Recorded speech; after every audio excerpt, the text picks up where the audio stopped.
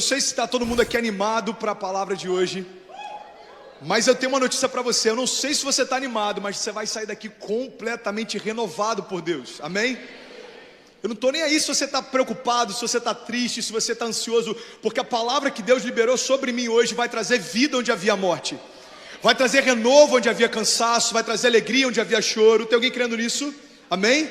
Então vem comigo, por favor, porque a gente só tem 30 minutos. Só que a palavra, olha que interessante isso.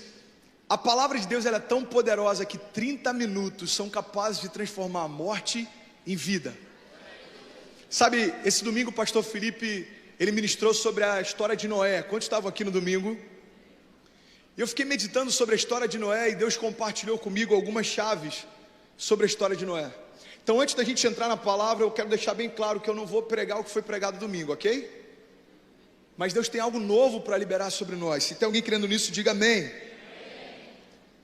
A primeira coisa que me chama a atenção na história de Noé é que quando Deus dá uma direção a Noé, aquilo que Deus direciona ele a fazer não tinha o menor sentido e não tinha a menor lógica. Quando Deus fala para que Noé construa uma arca por causa de um dilúvio, sequer havia chuva. O que Deus está pedindo para ele é o seguinte: construir algo que não tem sentido para uma circunstância que não existe. Sabe o que me chama a atenção na história de Noé? A gente se impressiona com o tamanho da arca que ele construiu. A gente se impressiona com a grandiosidade daquilo que as mãos de Noé construíram. Mas o que me chama a atenção não é o quão grande foi a arca que ele construiu, mas como ele conseguiu se manter constante em relação a uma direção que Deus deu que não tinha sentido algum. Tem alguém comigo aqui? Diga amém. Sabe, o que me chama a atenção na história de Noé é que as maiores experiências de fé não dependem da lógica, mas de uma convicção.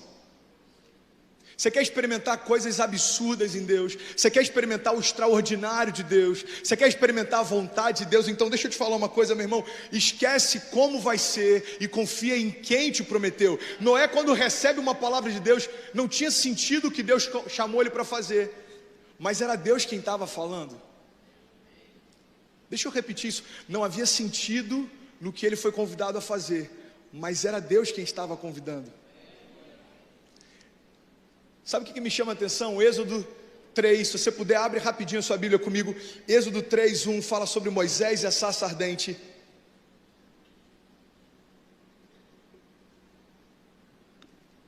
E eu acho que isso tem muito a ver com o convite que a gente recebe para caminhar com Deus. O início da nossa caminhada tem muito a ver com o que acontece com Moisés lá em Êxodos 3:1. Diz assim: Moisés pastoreava o rebanho do seu sogro Jetro, que era sacerdote de Midian. E um dia ele levou o rebanho para o outro lado do deserto e chegou a Horebe, o monte de Deus. Pode seguir. E ali o anjo do Senhor lhe apareceu numa chama de fogo que saía do meio de uma sarça. Moisés viu que, embora a sarça estivesse em chamas, não era consumida pelo fogo. Você pode repetir isso comigo? Diga: Moisés viu a sarça ardente. E depois ele diz o seguinte: que impressionante, pensou Moisés, porque a sarça não se queima. Eu quero ver isso de perto. Versículo 4. Então o Senhor viu que Moisés se aproximava para observar. Moisés se aproximava para quê, gente? Moisés se aproximava para observar. Então, no meio da sarça, Deus o chamou e disse: Moisés, Moisés. E ele respondeu: eis-me aqui, Senhor. Então disse Deus: não se aproxime, mas tire as sandálias dos pés, pois o lugar em que você está é terra santa. Até aqui. Sabe o que eu acho incrível nessa passagem? É que a primeira coisa que chama a atenção de Moisés é aquilo que os seus olhos podem ver. Moisés, ele é atraído até a presença de Deus por aquilo que os seus olhos veem, mas assim que ele se aproxima da sarça, Deus se revela a ele e dá então uma direção. Deus fala: ei Moisés, eu preciso que você liberte o meu povo, e eu vou te dar autoridade e unção para todas essas coisas. E Deus começa a liberar a direção sobre Moisés. Sabe o que eu acho interessante nessa história? É que por mais que a nossa visão possa nos gerar curiosidade para dar os primeiros passos, só uma convicção na direção que Deus nos deu nos mantém no caminho. Moisés é atraído por aquilo que os seus olhos veem, mas o que mantém ele no meio do caminho é a convicção do que Deus o chamou para fazer. Por que tem muita gente que acaba ficando no meio do caminho, na caminhada com Deus? É porque viu coisas que chamaram essa atenção, mas não ouviu a direção que Deus tem até o final do caminho. Se tudo aquilo que me move é aquilo que os meus olhos veem, se eu não consigo enxergar o que tem para acontecer na próxima temporada, eu começo a me esfriar nas circunstâncias que eu estou passando. É por isso que a fé não é pautada por aquilo que vemos, mas por aquilo que cremos. Tem alguém entendendo isso? Diga amém. E a história de Noé é exatamente isso. O que Deus chama Noé para fazer, era impossível dele entender segundo a visão que ele tinha, mas Noé tinha uma direção de Deus. Deixa eu te falar uma coisa nessa noite: se você tem uma direção de Deus, você tem tudo o que você precisa. Você pode declarar isso comigo? Diga: eu preciso apenas de uma direção. Meu irmão, deixa eu te falar uma coisa: Noé passou a vida inteira construindo a arca. Você tem noção do que é você passar a vida inteira construindo algo que você nunca viu e você não entende o propósito pelo qual está sendo gerado? Você tem noção do que é você passar a vida inteira construindo uma história pautada em algo que Deus te falou uma vez? Sabe o que me chama a atenção na história de Noé? É que tão difícil quanto construir uma arca foi ter que abandonar a arca depois que o dilúvio passou. Deixa eu falar isso mais uma vez, presta atenção. Tão difícil quanto construir uma arca foi Moisés ter que abandoná-la depois que tudo passou. Você sabe por quê? Porque aquele ali era o trabalho de uma vida inteira. Moisés passa uma vida inteira construindo algo que vai durar alguns dias e depois ele precisa abandonar. Meu irmão, se a gente não está pronto para abrir mão do que passou, a gente não está pronto para viver o novo de Deus. Talvez se Noé tivesse preso aquilo que passou, ele diria assim: Senhor, mas eu passei a minha vida inteira construindo a arca. Senhor, eu passei a minha vida inteira, eu abri mão de dias com a minha família para construir essa arca. Eu abri mão de dias de descanso para construir essa arca. Eu abri mão dos meus sonhos para construir essa arca. Mas deixa eu te falar uma coisa: por mais que talvez não tivesse sentido para Noé, é tudo que ele precisava para continuar de pé e vivo. Meu irmão, tem coisas que Deus vai te chamar para fazer que podem não ter sentido, mas vão sempre trazer vida para você e para a tua casa. Agora Deus chega para Noé e fala: ei Noé, olha só, aquilo que você passou a vida inteira construindo, agora você precisa abandonar. Você sabe por que isso acontece? Eu vou te explicar. É porque para cada nova estação de Deus existem novas ferramentas também. Você pode dizer isso para quem está do seu lado? Diga: para cada nova estação existem novas ferramentas. Meu irmão, algumas ferramentas funcionaram até aqui, algumas estratégias funcionaram até aqui, algumas direções funcionaram até aqui, mas presta atenção no que eu vou te falar. Elas funcionaram até aqui, mas talvez não vão funcionar para te levar a novos níveis. Se toda a tua caminhada com Deus está pautada em milagres que você experimentou há 3 anos atrás, talvez você precise reavaliar o que você está vivendo com Deus hoje. Você já sentou ao lado de pessoas que tudo que eles têm para falar de experiências com Deus aconteceram na década passada? Aquela pessoa que senta com você e fala assim: eu acho tão bonito vocês evangelizando. Eu lembro que quando eu era jovem... Alguém já ouviu uma pessoa assim? É uma fé nostálgica, tem a ver com o que aconteceu no passado. Mas aquilo que Deus tem para fazer não se limita ao que você experimentou ontem, Ele continua fazendo hoje também. Tem alguém entendendo isso? Diga amém. Agora preste atenção no que eu vou te falar, meu irmão. Até o final do dilúvio, o desafio de Noé era sobrevivência. Você pode repetir isso comigo? Diga: sobrevivência. Agora, depois do dilúvio, o desafio de Noé era reconstrução. Tem gente que está só tentando sobreviver, quando na verdade já devia estar tentando reconstruir. Pastor, eu aceitei Jesus tem 10 meses, e eu estou feliz porque Deus tem mudado a minha história. Ok, irmão, entenda o seguinte: o tempo de sobrevivência já passou, agora é uma temporada de reconstrução. As coisas velhas passaram, mas em Cristo tudo se fez novo. Em Cristo tudo se fez novo. Sabe o que significa tudo se fez novo? Significa que as feridas do passado, elas não doem mais. Significa que as perdas do passado não te incomodam mais, porque aquilo que passou ficou para trás, mas Cristo quer te dar algo novo, novas estações e novas temporadas. Se tem alguém crendo nisso, reage aí, pelo amor de Deus, meu filho.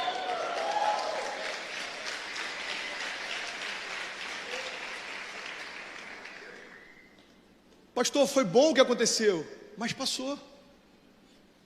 Sabe, eu já compartilhei aqui algumas vezes algumas partes da minha história. Eu não quero ficar falando sobre isso de novo, mas Eu tenho 29 anos, por mais que eu pareça um pouco mais acabado, mas eu sou novo. Tô com algumas ruguinhas aqui já, que a gente já falou, amor, já é bom a gente começar a pensar no Botox. Eu falei, peraí, filho. 29 anos falando de Botox, misericórdia. Eu sei que eu estou um pouco acabado, mas eu sou novo, filho, 29 anos. E tem gente que olha para mim e fala assim, cara, você tem 29 anos. Você fala de superar crises, você fala de um Deus que pode vencer as circunstâncias. Mas o que você conhece de crise, mano? O que você conhece de circunstância? É porque às vezes a gente acha que experiência está pautado a tempo. Deixa eu te falar uma coisa, tem pessoas que estão há 30 anos na igreja e não foram experimentadas por Deus ainda. E tem pessoas que aceitaram Jesus tem 1 ano e elas estão completamente mergulhadas, porque não tem a ver com o tempo que dura, mas com a intensidade com que a gente se lança. Eu acompanhei de perto momentos dentro da minha casa que eu achei que a gente não tinha mais futuro. Eu acompanhei meus pais perdendo tudo que a gente tinha para agiotas. Eu acompanhei os meus pais quebrando financeiramente. Com 15 anos de idade eu fui emancipado. 15 anos de idade eu já respondia pela empresa do meu pai. 17 anos eu já fui morar fora. Desde 17 anos eu não sei o que é morar com os meus pais. É por isso que eu vejo jovens hoje com 30 e poucos anos e não sabem ainda o que querem fazer. Eu falo, ei filho, preste atenção. Com 30 e poucos anos, eu nem cheguei lá ainda, mas com 30 e poucos anos, eu já estou pensando o que Deus quer fazer na geração dos meus filhos. Ei, não dá para a gente perder tempo, porque Deus aguarda que a gente se posicione. Agora, eu lembro das coisas que eu vivi. Eu sei das feridas que eu carrego. Só que hoje elas são cicatrizes que declaram no meu lugar, eu venci. As cicatrizes que eu tenho me lembram de momentos que eu vivi com Deus. Só que eu preciso entender o seguinte, aqueles momentos, eles fizeram parte da minha história, mas eles não fazem parte do meu futuro. Existe algo novo de Deus para ser construído. Vocês estão comigo? Diga amém. Eu lembro que eu vi algo uma vez que me chamou a atenção. Olha só que louco isso. É só uma analogia, ok? Não está na Bíblia, não procura na sua Bíblia que você não vai achar. E como eu falei, sabe, se você achar, eu estou preocupado com a Bíblia que você está lendo. Você traz ela para mim no final do culto para eu dar uma olhada. Eu vi uma analogia uma vez que falava sobre o povo caminhando no deserto. Eu não sei se você já leu sobre isso, mas enquanto o povo estava saindo do exílio, eles caminhavam pelo deserto e Deus se manifestava como coluna de fogo à noite para que eles fossem protegidos do frio. E se manifestava e se revelava como nuvem de dia para que eles fossem protegidos do calor. Quantos já ouviram sobre isso ou já leram sobre isso? E eu vi um pastor falando sobre exatamente essa passagem. Ele disse o seguinte, sabe, tem momentos na nossa história em que a gente está caminhando no meio de um deserto e a gente está debaixo de uma direção de Deus. E a nuvem vai para um lado, a gente vai debaixo da nuvem. A nuvem vai para o outro lado, a gente continua debaixo da nuvem. Só que tem um período em que a nuvem para. Ei, presta atenção, olha para mim. Tem um período em que a nuvem para. E sabe o que acontece com muita gente? A gente olha para o lado, olha para o outro e fala, mano, quer saber? A nuvem parou. Eu acho que é tempo da gente construir tendas aqui no deserto. E a gente começa a construir tendas no deserto, a gente começa a se adaptar às circunstâncias. O calor já não incomoda tanto, é o mesmo calor que antes deixava a gente incomodado, mas agora a gente já se habituou às circunstâncias. A gente começa a se adaptar e começa a olhar para a nuvem continua lá e fala, quer saber, mano, eu acho que vai demorar para essa nuvem se mover. Vamos melhorar as estruturas das tendas. A gente aumenta a estrutura das tendas e aumenta cada vez mais a estrutura das tendas, até que chega um momento em que a nuvem se move. A gente olha para a nuvem, olha para as tendas e fala, cara, eu não vou abrir mão de tudo que eu construí. Eu não vou abrir mão de toda a estrutura que eu construí para seguir uma direção. Eu prefiro ficar onde eu conheço. Meu irmão, deixa eu te falar uma coisa. Não se adapte às circunstâncias ruins, porque Deus não te gerou para elas. Não se acomode em temporadas de crise, porque você não foi gerado para elas. Não se habitue a se relacionar com o pecado, porque você não foi gerado para isso. O problema é que às vezes a gente começa a se acostumar e aquilo que antes para a gente era ruim, agora já não incomoda mais. Uma crise financeira antes incomodava, agora a gente se habituou a ela. O pecado antes incomodava, agora a gente se habituou a ele. As crises antes incomodavam e agora a gente se habituou. E a gente acha que a gente está mais forte. Na verdade, a gente está se acomodando com algo que Deus nunca chamou a gente para viver. Você quer um exemplo disso? Existe uma passagem que eu sou apaixonada que fala sobre Jesus em meio a uma tempestade. Agora deixa eu te convidar a olhar para uma outra perspectiva. A palavra de Deus diz que Ele está lá no meio de uma tempestade, os discípulos estão desesperados. E eles vão acordar Jesus. Quantos aqui já ouviram essa passagem? E sabe o que eu acho interessante? É que eles vão acordar Jesus e quando Jesus se levanta, Ele repreende o vento e repreende o mar. Vocês estão comigo? Amém? Agora deixa eu fazer uma pergunta: essa tempestade veio de Deus ou não? Sim ou não, gente? Eu vou te explicar o porquê que não veio de Deus. Tem muita gente que olha para a tempestade que está passando e diz: pastor, Deus me colocou no meio dessa crise para poder revelar o quanto Ele é poderoso. Pastor, Deus me colocou no meio dessa crise porque Ele quer forjar o meu caráter. Pastor, Deus me colocou no meio dessa crise porque Ele quer tratar algumas coisas dentro de mim. Deixa eu te falar uma coisa: Jesus se levanta e Ele repreende o mar, e Ele repreende a tempestade. Sabe por que eu tenho convicção de que não foi Deus que gerou aquela tempestade? Porque Jesus jamais repreenderia algo que o seu Pai criou.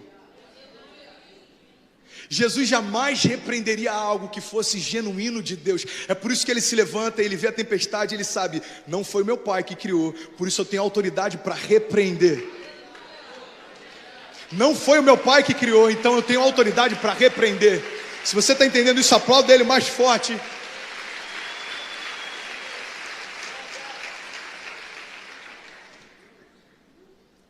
Meu irmão, deixa eu abrir um parênteses aqui. O chamado que cada um de nós tem é o mesmo chamado de Noé. O chamado da igreja é dar luz ao futuro. Quando Deus encontra Noé, Ele olha para toda a humanidade e a palavra chega ao ponto de dizer o seguinte: Deus não via mais nada que trouxesse para ele esperança de futuro em relação à sua própria criação. Deus olha para a criação e Ele tem nojo do que havia criado. Só que Ele vê em Noé uma luz de esperança. Então o que Ele faz com Noé é o seguinte: ei Noé, eu quero que você faça algo especial para mim. Você agora vai dar a luz ao futuro da criação. Vocês estão comigo? Agora, aquilo que aconteceu com Noé continua de pé para mim e para você. Sabe qual é o teu convite? É dar a luz ao futuro. Só que o problema é que a gente se omitiu durante muito tempo e a gente esqueceu dessa característica. Você quer que eu te dê um exemplo claro que a igreja está enfrentando agora? Uma das coisas que a gente mais ouve falar é sobre ideologia de gênero. A gente está sendo atacado a todo tempo, a gente está falando sobre isso a todo tempo, a gente está debatendo sobre isso a todo tempo. Agora, sabe o que eu acho interessante? Gustavo Paiva, ele fala algo que é muito real. A igreja, olha só isso: o mundo só tem voz onde a igreja se calou. Você pode repetir isso comigo? Diga: o mundo só tem voz onde a igreja se calou. Sabe o que aconteceu, meu irmão? Há décadas atrás, a igreja abriu mão de ter influência em pontos cruciais na construção de uma cultura. É porque a gente estava ocupado demais discutindo se mulher podia usar saia ou calça.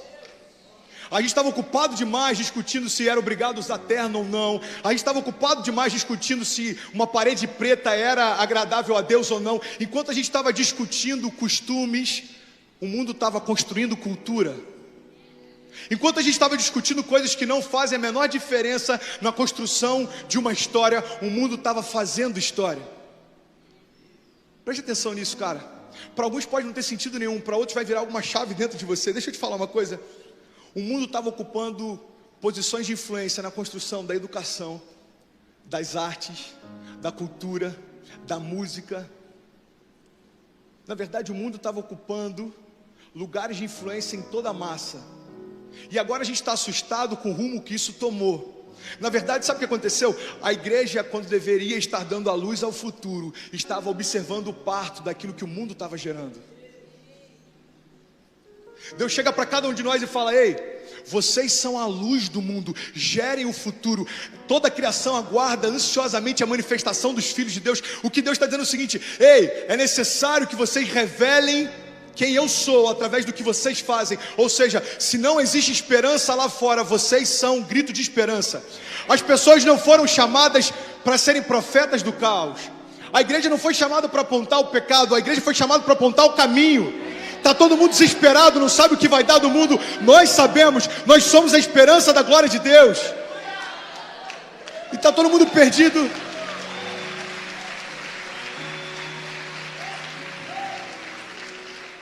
Deixa eu te falar uma coisa, está todo mundo desesperado, perguntando: o que vai ser dessa geração? Sabe qual é o problema? A gente está esperando que os sociólogos digam o que vai ser dessa geração. E a gente está se mobilizando falando: cara, a gente precisa de políticos crentes. Porque a gente está esperando que alguns políticos da bancada evangélica digam o que vai ser dessa geração. Na verdade, todo mundo deveria estar buscando a igreja e perguntando: ei igreja, vocês que foram chamados para dar a luz ao futuro, o que vai ser dessa geração? Eu não sei o que vai ser dessa geração, mas eu sei o que vai ser da minha casa, porque toda geração começa dentro da sua casa. A minha casa vai ser reconhecida como uma casa onde Deus habita, se alegra e flui. Agora, você sabe o que acontece quando a sua casa for assim também, e a sua, e a sua, e a sua? Eles vão olhar para nós e vão ver em nós a esperança da glória de Deus. A esperança da glória de Deus. Cara, o chamado de Noé é maravilhoso e tem tudo a ver com a gente. Quando Deus o chama, não tinha sentido o convite que fez. Mas quando a vontade de Deus se cumpre, tudo fica claro. Deus construiu uma arca, eu nem sei para que isso serve, eu nem sei o que é chuva. Depois que passa o dilúvio, eu imagino ele olhando para a arca e falando: glória a Deus que eu segui uma direção mesmo sem entender, porque se eu estou de pé, é porque eu ouvi Deus falar comigo. Você pode declarar isso comigo? Diga: o chamado da igreja é dar a luz ao futuro. A gente não foi chamado para assistir o parto do que o mundo está gerando agora. Deixa eu te falar uma coisa. Pastor, como é possível dar a luz a algo que não está sendo gerado? É porque se a gente precisa dar a luz ao futuro, a gente precisa gerar o futuro hoje. Se você quer influenciar a tua família daqui a 10 anos, se você quer mudar a tua geração daqui a 10 anos, se você quer mudar a história da igreja daqui a 10 anos, você precisa começar a gerar o futuro hoje. Meu irmão, as decisões que você vai tomar hoje, no final desse culto, podem mudar toda a história da tua família. Deixa eu te falar uma coisa. Eu não tinha nenhum crente na minha família, não existia nenhum evangélico na minha família. Eu sou o primeiro pastor da minha família. E sabe o que me alegra com isso? Porque não importa o que eu recebi de influência até aqui, importa a influência que a minha filha vai receber, que os meus netos vão receber. É o que o Thiago Brunet fala: não interessa o pai que você teve, mas o pai que os seus filhos vão ter. Porque se a gente olha para o passado, a gente fica se vitimizando. Pastor, você não sabe o passado que eu tive. Meu irmão, realmente eu não sei o teu passado, mas eu sei o teu futuro. Se você está em Cristo, você é nova criatura. As coisas velhas passaram e eis que tudo se fez novo. Tudo novo. E esse é o chamado de Noé. Cara, Noé reconstruiu a história pautado em uma direção que recebeu. Você tem noção disso? Porque para Noé, ele estava reconstruindo a sua casa, mas para toda a humanidade ele estava reconstruindo a história, porque tudo começou e recomeçou a partir dele. Aquilo que Deus vai fazer na tua história, talvez aos seus olhos possa ser só a restauração da tua família, mas na perspectiva de Deus pode ser a restauração de famílias e famílias e famílias que você não tem dimensão. Quando eu aceitei Jesus, eu imaginava o seguinte: bom, agora eu sou crente. Até que um dia ele me revelou o projeto que ele tinha para mim, e eu um dia entendi: bom, agora eu sou pastor. Sabe qual a diferença? É que quando você entende parcialmente o que Deus tem para você, você vive parcialmente o que Ele te prometeu. Mas quando você entende plenamente o que Ele te chamou para ser, você vive plenamente os seus propósitos. Quantos querem viver plenamente os sonhos de Deus sobre a sua vida, sobre a sua casa? É esse o chamado que nós temos. Meu irmão, sabe uma coisa que me chama a atenção? Quando o dilúvio cessa, quando o dilúvio acaba, Noé e sua família saem da arca. E você sabe o que eles encontram quando eles saem da arca? Você pode dizer comigo, digam: ruínas. Noé e a família deles saem da arca. Eu imagino que eles estão felizes porque eles sobreviveram. Mas quando eles abrem a porta e eles saem da arca, o mundo que eles conheciam não existia mais. E você sabia que isso precisa acontecer quando você se converte, quando você vai para Jesus? O mundo que você conhece não existe mais, porque tudo mudou. Deus muda a tua forma de ver as coisas. Pastor, eu aceitei Jesus e a minha família continua a mesma. Ok, mas você vai chegar na tua casa diferente. Pastor, eu aceitei Jesus, mas no meu trabalho continua tudo mesmo. Ok, mas você está diferente. Meu irmão, por mais que algumas coisas ao teu redor não tenham mudado ainda, a tua visão de mundo precisa mudar. Agora, quando Noé sai da arca, sabe o que ele encontra? Ruínas. Tem muita gente que fala: ei, eu me converti, eu aceitei a Jesus, eu comecei minha caminhada, mas sabe o que eu tenho? Eu só vejo ruínas. Meu casamento ainda está destruído, meu filho não voltou para casa, eu ainda estou com dívidas, eu ainda tenho desafios para vencer. Ou talvez alguns aqui falem: cara, eu ainda tenho síndrome do pânico, eu ainda estou ansioso, eu ainda estou enfrentando algumas coisas. Deixa eu te falar uma coisa: quando Noé sai da arca, só tinha ruínas ao redor dele. Mas talvez as ruínas que você tem seja tudo que você precisa para reconstruir. Noé pode olhar para as ruínas e falar: ei, só sobrou isso, pai? Mas na verdade ele chega para os filhos e fala: ei, tá vendo aqueles escombros ali? Começa a juntar, vamos reconstruir a nossa história. Tá vendo aqueles escombros? Começa a juntar, aquilo ali vai ser a nossa nova casa. Aqui a gente vai fazer uma churrasqueira, aqui vai ser uma varanda, aqui vai ser um home office. Sabe por quê? Porque aquilo que para alguns parecem escombros e ruínas, para você é tudo que você precisa para recomeçar. Você sabe por que a gente declara tanto novos começos aqui na nossa igreja? Porque o nosso Deus é um Deus de novos começos. Cara, eu sou apaixonado por uma passagem, está lá em Esdras 3. Fala que o povo acabou de ser liberto e eles voltam do exílio. Só que quando eles chegam na cidade deles, está tudo destruído, Leandrinho. Os templos estão destruídos, as casas estão destruídas, os lugares que eles conheciam estão destruídos. Só que a palavra de Deus diz o seguinte: os sacerdotes chegam no templo, onde estava tudo destruído, e eles começam a reconstruir o altar. E eles começam a oferecer a Deus louvores e ofertas de sacrifício. E eles não param, dia e noite, oferecendo louvores e ofertas de sacrifício. Sabe o que Deus falou comigo em relação ao que esses sacerdotes fizeram? É que as paredes do templo estavam destruídas, mas o altar dentro deles não. Meu irmão, talvez você está aqui ouvindo essa palavra e as paredes ao teu redor estão todas destruídas. Mas tudo que você precisa é um altar restaurado dentro de você, e tudo ao teu redor vai ser restaurado também. Tem alguém recebendo essa palavra? Diga: eu creio nisso. Diga: eu recebo isso em nome de Jesus. Sabe o que Deus me trouxe à memória hoje? Eu estava preparando essa mensagem, e tem algo que eu falo muito, é uma verdade que Deus compartilhou comigo, e é a minha verdade. Pastor, eu já ouvi você falar isso 10 vezes. Desculpe, irmão, é uma verdade. A gente não pode estar sempre em busca do novo e abrir mão daquilo que é verdade, amém? Quem está sempre em busca de novas revelações, mas antes de Deus te dar novas revelações, usufrui das que você já tem. Antes de querer que Deus abra novas portas, usufrui da que Ele já te deu. Preste atenção nisso. Algo que Deus falou comigo é que as paredes que me limitam não são as paredes ao meu redor, mas as paredes dentro de mim. Sabe o que Deus me lembrou hoje? Cadê Kezinha? Você está aqui? Sabe o que Deus me lembrou, vida? Daquele quarto de passar roupa lá em Cabo Frio, lembra dele? Teve um período da nossa história em que a gente estava enfrentando um momento muito difícil financeiro. E a gente foi para uma casa que tinha um quartinho de passar roupa muito pequeno, muito pequeno.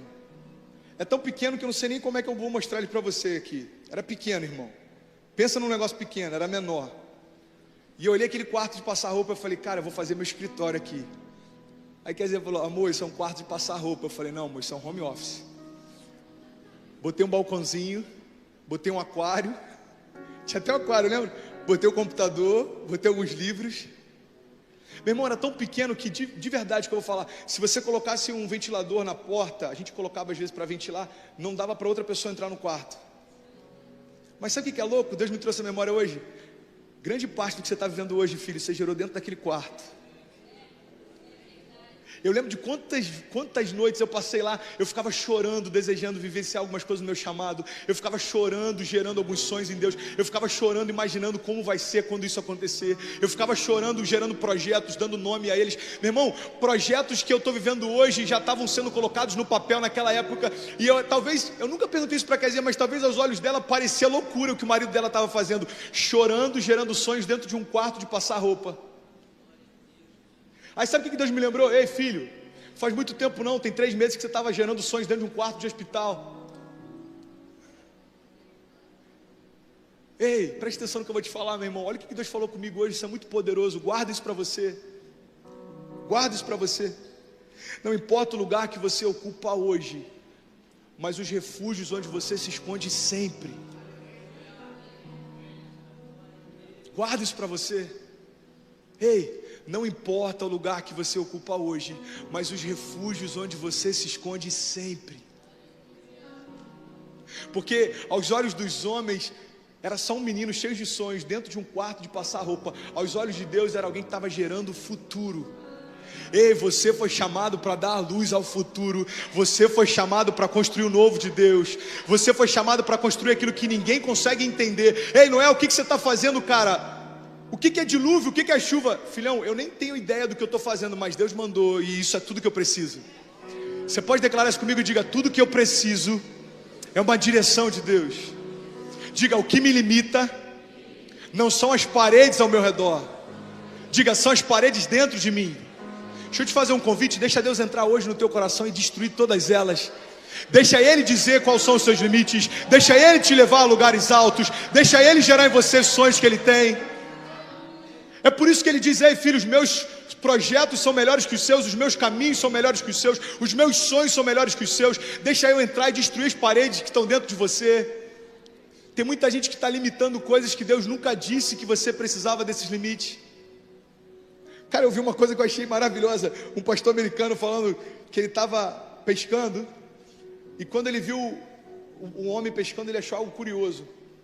Aquele homem, ele terminava de pescar, e ele tirava uma régua do bolso, e ele media o peixe que ele tinha pescado. E aí, se era maior do que a régua, ele jogava fora. Ele falou que daqui a pouco o homem pegou outro peixe, fez a mesma coisa, colocou a régua, era um pouco maior do que a régua, ele jogou fora. E ele fez isso a tarde inteira. E aí o pastor se aproximou e falou assim: ei, por que você está medindo, cara? É alguma lei ambiental? Tem alguma proibição de você pescar peixes maiores do que esse tamanho? Ele falou assim: não, essa medida aqui é o tamanho da minha frigideira. Aí ele: oi? Como assim? Não, esse aqui é o tamanho da minha frigideira, então eu trago uma régua e eu só pesco aquilo que cabe na minha panela. Aí sabe o que o pastor fez? Ele falou assim: tá bom, meu irmão, eu vou fazer o seguinte, eu vou te dar uma panela maior então. Você sabe o que isso tem a ver com a minha história, com a tua? É que tem gente que está limitando o que vai viver segundo aquilo que consegue enxergar. Tem gente que está limitando o que Deus pode fazer segundo aquilo que você pode. Então você está dizendo assim: bom, eu estou sonhando com isso, porque até aqui que os meus olhos conseguem enxergar. Talvez o que Deus tenha para você, os seus olhos não consigam enxergar, porque é tão grande, é tão alto, é tão distante, é tão poderoso, é tão profundo. Não tem como a gente limitar aquilo que Deus deseja fazer. Meu irmão, a fé não limita Deus e Deus não limita a fé. Deixa Deus ser Deus, deixa Ele dizer até onde você pode ir, deixa Ele dizer até onde Ele quer te levar, deixa Ele te levar. Deixa Deus ser Deus, cara. Às vezes a gente quer limitar o agir de Deus, a gente quer limitar o fluir de Deus, a gente quer limitar a novidade de Deus, e a gente está tentando todos os dias sentir de novo o aroma de um óleo que foi muito bom, mas passou. Deixa Deus trazer óleo fresco, deixa Deus te dar novos sonhos, nova visão, novo tempo, novas estações. Sabe o que é mais gostoso na caminhada com Deus? É vivenciar o novo de Deus. Quantos querem viver o novo de Deus? Diga: eu quero o novo de Deus hoje. Ei, não importa os lugares onde você se encontra hoje, mas os refúgios onde você se esconde sempre. A palavra de Deus diz: ei, o Senhor é o meu refúgio e fortaleza, Ele é o meu socorro bem presente na hora da angústia. Olha que coisa incrível, eu achei isso em Salmos 18, vocês estão comigo, amém? Eu achei isso poderoso demais, mano, olha isso, cara, como é que eu nunca li isso? Salmos 18, 2. O Senhor é a minha rocha, a minha fortaleza e o meu libertador. O meu Deus é o meu rochedo em quem me refugio. Ele é o meu escudo e o poder que me salva. Ele é a minha torre alta. Eu clamo ao Senhor, que é digno de louvor, e eu estou salvo dos meus inimigos. Porque as cordas da morte me enredaram, as torrentes da destruição me surpreenderam, as cordas do inferno me envolveram, os laços da morte me alcançaram. Mas na minha aflição eu clamei ao Senhor, eu gritei por socorro ao meu Deus, e do seu templo Ele ouviu a minha voz. O meu grito chegou à sua presença e aos seus ouvidos, e a terra tremeu e agitou-se, e os fundamentos dos montes se abalaram e estremeceram, porque Ele se irou. E das suas narinas subiu fumaça, e da sua boca saíram brasas vivas e fogo consumidor. Ele abriu os céus e Ele desceu. Alguém pode glorificar a Deus por isso?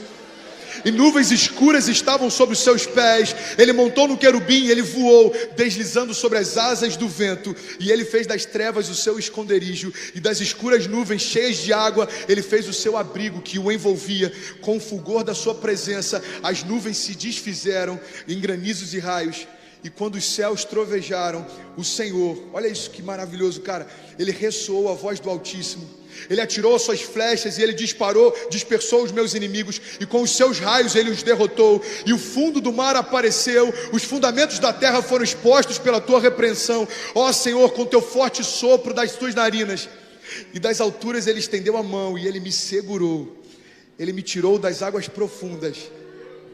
Ele me livrou-me do inimigo poderoso e dos meus adversários. Eles eram fortes demais para mim. Eles me atacaram no dia da minha desgraça, mas o Senhor foi o meu amparo. Ele me deu total libertação e Ele me livrou, porque Ele quer o meu bem. Você pode aplaudir o Senhor por isso? Salmos 18, está falando da minha história e da sua.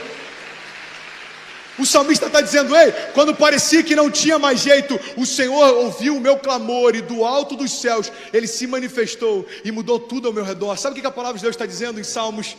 Não importa o que você está vivendo hoje, não importa o lugar que você ocupa hoje, mas o refúgio em que você se esconde sempre. Salmos 18, ele continua, versículo 28 diz: Tu, Senhor, mantens acesa a minha lâmpada, o meu Deus transforma em luz as minhas trevas. E com o teu auxílio eu posso atacar uma tropa, porque com o meu Deus eu posso transpor muralhas. Esse Deus em cujo caminho é perfeito, a palavra do Senhor é comprovadamente genuína. Ele é um escudo para todos aqueles que nele se refugiam. Pois quem é Deus além do nosso Senhor? E quem é rocha senão o nosso Deus? Ele é o Deus que me reveste de força, e Ele torna perfeito o meu caminho. Você pode dizer obrigado, Jesus? Você pode dizer isso comigo nessa hora? Eu digo obrigado, Jesus, porque eu não vivo por aquilo que eu vejo, mas por aquilo que o Senhor diz ao meu respeito. Você quer pirar mais um pouco com o que Deus fez com Noé? Quantos aqui podem ouvir mais 5 minutos? Eu tenho mais 5 minutos da sua atenção, amém? Sabe o que eu acho lindo, cara? O pastor Felipe compartilhou sobre isso domingo, inclusive. Noé sai da arca, e ele até brincou: a primeira coisa que Noé faz quando sai da arca não é tirar um selfie, não é compartilhar no Instagram. Quando Noé sai da arca, ele reúne a sua família e ele oferece um sacrifício de louvor e adoração a Deus. O pastor Felipe ainda compartilhou que a nossa adoração é proporcional ao inferno em que nós fomos retirados. É por isso que tem gente intensa em Deus, queimando por Deus, entregue, e tem gente olhando para o lado e não consegue entender o porquê. Meu irmão, não tenta entender, porque você não sabe daquilo que ele foi retirado. Você quer um outro exemplo? Tem gente que não consegue compreender aquilo que Deus está fazendo. Tem gente que olha para você e fala assim: cara, como é que esse cara está vendo isso? Ele só tem 2 anos de convertido. Como é que esse cara está vendo isso? Ele só tem 1 ano de convertido, só tem 6 meses de convertido. Eu lembro que eu passei por isso quando eu cheguei aqui. Com 1 ano, Deus trouxe um romper sobre o meu ministério, Leandrinho, sobre a minha vida. Ele colocou um amor na minha vida pela vida do Felipe e vice-versa, que as pessoas olhavam e falavam: mano, como isso é possível? E tinha gente que questionava a minha colheita, não entendia o porquê que estava acontecendo. Deixa eu te falar uma coisa: ei, se você não estava junto comigo enquanto eu semeava, você não pode julgar o que eu estou colhendo. Isso se aplica a você também.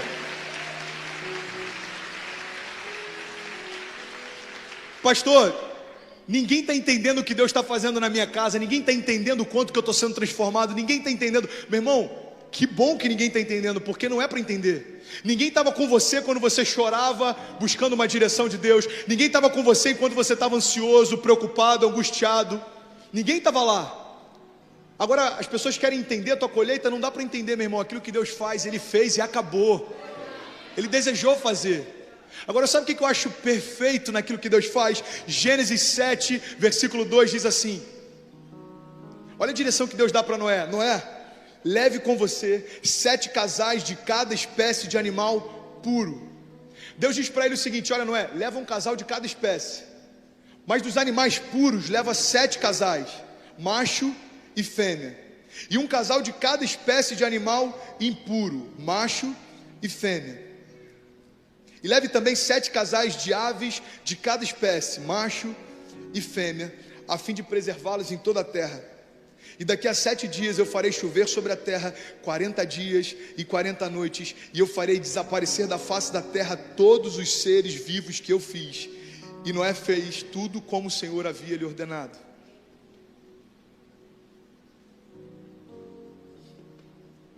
Sabe o que eu acho maravilhoso? Deus diz para Noé: ei, Noé, leva um casal de cada espécie, mas das aves puras leva 7 casais. Você sabe qual é o sentido disso? É porque até o sacrifício que Noé iria oferecer ao Senhor depois do dilúvio, Deus já preparou antes dele. Deus fala assim: Noé, leva 7 casais de cada animal puro. Deus não pediu um sacrifício para Noé, mas ele sabia que quando Noé desejasse fazer, ele já teria tudo que precisava para fazer. Pastor, eu entendi em parte, mas o que isso tem a ver com a minha história? Eu vou te explicar. Sabe o que isso tem a ver com a nossa história? É que o sacrifício que a gente precisava, Deus já proveu também, se chama Jesus. aquilo que a gente precisaria, Ele já deu no nosso lugar. Eu imagino Deus olhando dos céus, né, falando: ei pai, eu quero te oferecer sacrifício porque você guardou a minha casa. E Deus falando: eu sei, filho, já está preparado. Eu sei, filho, o teu coração, é por isso que você foi guardado, porque o teu coração lembra de onde eu te tirei. O teu coração é grato, o teu coração sabe de onde eu te tirei. Ei filho, lembra aqueles casais de animais puros? Já está preparado. A boa notícia é que aquilo que você e eu poderíamos oferecer, Ele já proveu. Olha o que a palavra de Deus diz em 2 Coríntios 5, 21. Porque Deus tornou pecado por nós aquele que não tinha pecado, para que nele nos tornássemos justiça de Deus. Você já foi perdoado por Jesus, você já foi perdoado em Jesus, você já foi livre em Jesus, você já é restaurado em Jesus, você já é sarado em Jesus, você já é salvo em Jesus, porque aquilo que você poderia precisar fazer, Ele já fez por você. Alguém pode dizer glória a Deus por isso? Meu irmão, não sei se você já parou para perceber, mas Deus falou com Noé uma vez. Deus deu uma direção para Noé uma vez. Sabe o que a palavra de Deus diz? Que Noé viveu 600 anos. Não, 600 anos, olha só isso aqui. 600 anos, se eu não me engano, construindo a arca. Me ajuda aí, Leandrinho. PH, que é um estudioso da palavra. Quantos anos Noé passou construindo a arca? Quase 120 anos. E viveu mais de 600, não é isso? Mais de 600 anos de vida Noé tinha. E mais de 120 construindo a arca. Ah, pastor, mas Deus falou com ele. Deixa eu te falar uma coisa, meu irmão. Olha só que interessante isso. Deus falou com Noé uma vez e foi suficiente para manter a sua convicção por dezenas de anos. E tem gente que Deus já falou dezenas de vezes, mas desistiu porque não consegue esperar algumas semanas. Deixa eu falar de novo para a galera desse lado esquerdo aqui. Vocês estão comigo, amém? Noé ouviu uma vez a direção de Deus e foi suficiente para mantê-lo firme durante dezenas de anos. E às vezes Deus já falou com a gente dezenas de vezes, mas a gente desistiu porque não quer esperar algumas semanas. Ah, pastor, você tá exagerando. Como é que a gente não quer esperar algumas semanas? Você quer um exemplo claro? Atos. A palavra de Deus diz que Jesus chega para o povo e diz: ei, permaneçam em Jerusalém até que venha sobre vós revestimento de poder. Meu irmão, não foi um profeta qualquer, foi o próprio Jesus. Sabe o que Jesus disse? Permaneçam. Você consegue imaginar Jesus chegando para a gente agora, se manifestando aqui, dizendo: ei, Lagoinha, Niterói, permaneçam aqui, porque há de vir sobre vocês revestimentos de poder. Eu acho que ninguém seria maluco de querer ir embora porque tem expediente para trabalhar amanhã. Ninguém ia embora porque tem jogo no Flamengo na quarta. Ninguém ia embora por motivo nenhum. Eu ia chegar e falar: Kezinha, manda trazer Cecília, manda avisar os meus pais. Deus falou que vai acontecer algo aqui, a gente não vai sair daqui de jeito nenhum, até que se cumpra o que Deus prometeu.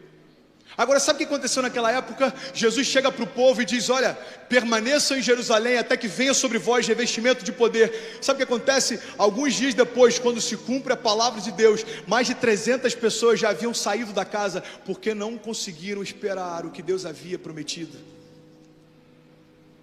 Meu irmão, deixa eu te falar uma coisa. Você só precisa de uma direção de Deus, e tudo vai ser criado em torno daquilo que Ele te falou. Deus te falou que vai restaurar a tua casa, não desiste, confia, Ele vai restaurar. Deus falou que vai mudar a tua história, confia, Ele vai mudar. Deus falou que vai mudar a tua sorte, confia, Ele vai mudar. Basta uma palavra dEle, tudo se faz. Tem alguém crendo nisso comigo? Uma palavra de Deus e tudo se fez. Uma palavra. Meu irmão, avivamento depende só de uma coisa, guarda isso no teu coração. Avivamento depende de alinhamento. Avivamento não depende de choro, avivamento não depende de vigílias, avivamento não depende de cultos, avivamento não depende de nada daquilo que você possa fazer. Avivamento depende do alinhamento que você tem. Se você estiver alinhado com os céus, você vai ouvir o que os céus têm para você hoje. Quantos querem viver o novo de Deus hoje? Hoje é noite de salvação, cara. Hoje é noite de pessoas correrem para Jesus e Ele mudar completamente a história. Vai ter gente sendo avivada aqui hoje. O que aconteceu, pastor? Alinhamento, meu irmão. O teu coração e o coração de Deus estão batendo no mesmo ritmo a partir de hoje. Cara, eu tinha tantas coisas para falar, mas eu vou ter que finalizar aqui. O louvor já pode subir, já chegou, glória a Deus. Eu vou ter que pregar outra terça-feira, amém? Vocês estão comigo? Tinha tanta coisa para falar. Sabe uma coisa que eu aprendi hoje que eu achei incrível? O poder da decisão. Você sabe qual que é o significado da palavra decidir no original? Você sabe qual é a palavra decisão no original? Decisão significa cortar fora. É por isso que incisão significa cortar dentro. Circuncisão significa cortar em volta. Pastor, o que isso tem a ver? Eu vou te explicar. É porque decisão significa você cortar tudo aquilo que te prendia, para você poder correr em direção ao novo. Você sabe o que significa decidir viver uma vida com Deus? Significa abrir mão das coisas que para trás ficaram e poder prosseguir para aquilo que a gente aguarda e foi prometido para cada um de nós. Tem alguém que está entendendo isso comigo? Vocês estão comigo? Pastor, o que significa decidir ter uma nova vida? Significa entender que aquilo que passou ficou para trás e em Cristo tudo se fez novo. O louvor pode vir comigo. Filipenses 3,13 diz: esquecendo-me das coisas que para trás ficaram e avançando para aquelas que estão adiante, eu prossigo para o alvo, a fim de ganhar o prêmio do chamado celestial de Deus em Cristo Jesus. Meu irmão, o meu convite é: decida hoje viver o novo de Deus. Deixa aquilo que ficou para trás, no passado, e começa a gerar o futuro hoje. Você lembra do que a gente começou a ministrar nesse culto? O chamado da igreja é dar luz ao futuro. Noé foi chamado para dar luz ao futuro. Os heróis da fé foram chamados para dar luz ao futuro. Deixa eu fazer um convite para você. Que tal a gente começar o futuro da nossa igreja e da nossa família hoje? Que tal você começar uma história com Deus hoje? Que tal você sair do lugar de conforto e começar algo com Ele hoje? Tem alguém que está comigo nessa? Vocês estão comigo? Amém? Dudu, cadê Dudu? Você me dá mais um minuto? Um minuto, mas fica preparado, a gente vai fechar bonito e você vem junto. Vocês me dão mais um minuto? Um minuto. Abre comigo rapidinho então, por favor, Atos 27. Eu preciso fechar com isso aqui. Atos 27, versículo 10.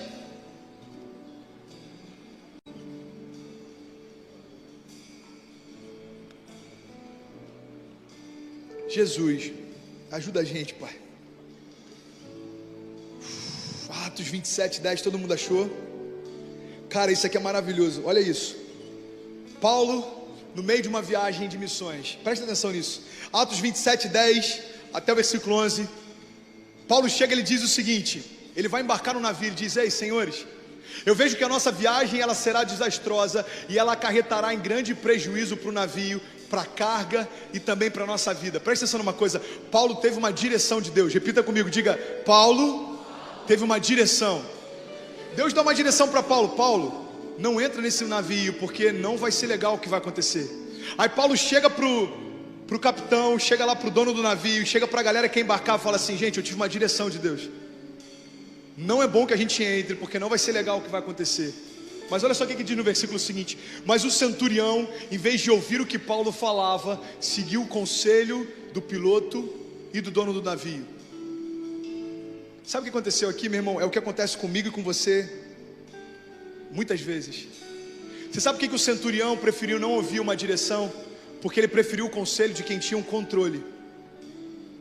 O centurião chega para o dono do navio e para o comandante e fala: você acha que vai dar certo? Eles falam: vai dar certo. Então eu prefiro confiar em quem tem o controle do que em quem tem uma direção. Presta atenção nisso, vem comigo. Vai fazer sentido, presta atenção. A gente continua lendo. Atos 27 diz o seguinte: eles estão no meio do mar, eles já estão sendo afetados por uma tempestade há dias. Atos 27, 20 diz: e não aparecendo nem sol nem estrelas por muitos dias, e continuando a abater-se sobre nós uma grande tempestade, finalmente nós perdemos toda a esperança de salvamento. Visto que os homens tinham passado muito tempo sem comer, Paulo então se levantou diante deles e disse: ei, senhores, vocês deveriam ter aceitado o meu conselho de não partir de Creta, pois assim teriam evitado esse dano e esse prejuízo. Mas agora, deixa eu falar uma coisa: mesmo vocês não tendo me ouvido, eu tenho uma nova direção de Deus. Agora eu recomendo que vocês tenham coragem, porque nenhum de vocês perderá a vida e apenas o navio será destruído. Porque ontem à noite me apareceu um anjo de Deus, a quem eu pertenço e adoro, me dizendo: Paulo, não tenha medo. É preciso que você compareça perante César, e Deus por sua graça lhe deu a vida de todos que estão navegando com você. Assim tenha bom ânimo. Você pode repetir comigo? Diga: assim tenha bom ânimo. Eu creio em Deus que acontecerá do modo que me foi dito, e nós devemos ser arrastados até alguma ilha. Paulo chega para os caras e diz o seguinte: olha, gente, vocês não me ouviram antes de sair, mas não tem problema, a gente está no meio da tempestade. Os homens já desistiram de viver. A palavra de Deus diz que não havia esperança no meio da tempestade. Meu irmão, o que a palavra de Deus está dizendo é o seguinte: tem tempestades que você acha que não tem mais como sair, tem tempestades que você acha que não tem mais uma solução, mas tudo que você precisa no meio de uma tempestade é uma direção de Deus. Paulo se levanta e fala: ei, vocês não me ouviram antes de entrar no barco, mas eu tenho uma nova direção de Deus. Deus se revelou para mim e disse que ninguém vai morrer se permanecer no navio. Aí sabe o que acontece? Acompanhe comigo aqui, eu vou finalizar e a galera do Next vai pular e a gente vai vibrar aqui. Vocês estão comigo, amém? Diz o seguinte: nós devemos ser arrastados para alguma ilha. E na 14ª noite, ainda estávamos sendo levados de um lado para o outro no mar, quando por volta da meia-noite os marinheiros imaginavam que estávamos próximos da terra. E ele continua dizendo, só para resumir, sabe o que a palavra de Deus está dizendo? Paulo está no meio da tempestade e eles perderam o controle do navio. O navio começa a ser levado de um lado para o outro, começa a ser despedaçado, começa a ser destruído, e Paulo está dizendo: ei, fica tranquilo, eu tenho uma direção, ninguém vai morrer. Sabe o que Deus falou comigo, meu irmão? Eu quero profetizar isso sobre a tua vida. Tem momentos da nossa vida em que, para sobreviver às tempestades, a gente precisa abrir mão do controle e se abraçar a uma direção. O barco não tinha mais controle, o capitão não tinha mais controle, os marinheiros não tinham mais controle, mas Paulo tinha uma direção. A gente vai chegar até o outro lado, ninguém vai se perder. Tem pessoas que vão chegar em casa hoje e talvez você olha para a tua situação, você não tem mais controle, a tua casa parece que não tem controle, o teu casamento parece que você não tem mais controle, os seus filhos parece que não tem mais controle. Ei, mas preste atenção, você tem uma direção. Eu e toda a minha casa serviremos ao Senhor. Pastor, eu não tenho mais controle, eu não quero pecar, não me agrada pecar, mas eu não consigo. Ei, filho, você não tem controle? Entenda uma coisa, Deus te dá uma direção hoje, deixando as coisas que para trás ficaram, eu prossigo para o alvo. Esquecendo-me das coisas que para trás ficaram, eu prossigo para o alvo. Não importa o que passou, porque em Cristo as coisas velhas passaram, mas tudo se fez novo. Se você crê nisso, fique de pé em nome de Jesus, e eu quero orar com você.